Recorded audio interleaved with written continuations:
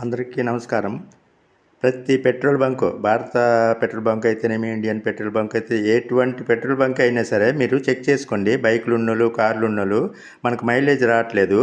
అది బండి ట్రబుల్ అనుకుంటున్నాం, కానీ అది బండి ట్రబుల్ కాదు. మీరు డెన్సిటీ చెక్ చేయండి. డెన్సిటీ అంటే అక్కడ రాస్తాడు, డెన్సిటీ యాజ్ ఆన్ డేటెడ్ 10/7/2024 అని రాసి ట్యాంక్ నెంబరు 2 738 అన్నారు.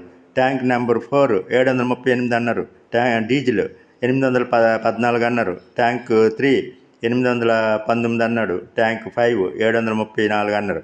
కాకపోతే ఇది వేరు, అక్కడ ఉన్నది వేరు. అక్కడ రీడింగ్ ఏటని వస్తుంది అంటే 700 వస్తుంది అంతే. 700కి ఒక్క పాయింట్ కూడా దాటలేదు. అంటే ఇక్కడ మనకి మైలేజ్ 70 రావాల్సింది 50 కిలోమీటర్లే వస్తుంది. ఇది కొద్దిగా తెలుసుకోండి వాహనదారులందరూ. అంటే బైకులు ఉపయోగించే వాళ్ళు, కార్లు ఉపయోగించే వాళ్ళు ఇది చూసుకోండి. మీరు అక్కడ కాకపోతే అడగండి, డెన్సిటీ ఎందుకు చూపించట్లేదు ఇక్కడ అని. అక్కడ ఉంటుంది ఆటోమేటిక్. మీరు అడిగిన వెంటనే అది క్లోజ్ చేసేస్తారు. రాకుండా కనిపించకుండా చేసేసి బోర్డు చూసుకోండి అంటారు. ఇప్పుడు బోర్డు మీద ఈ డీటెయిల్స్ ఉంటాయి అన్నమాట. నేను ఇప్పుడు చెప్పిన డీటెయిల్స్.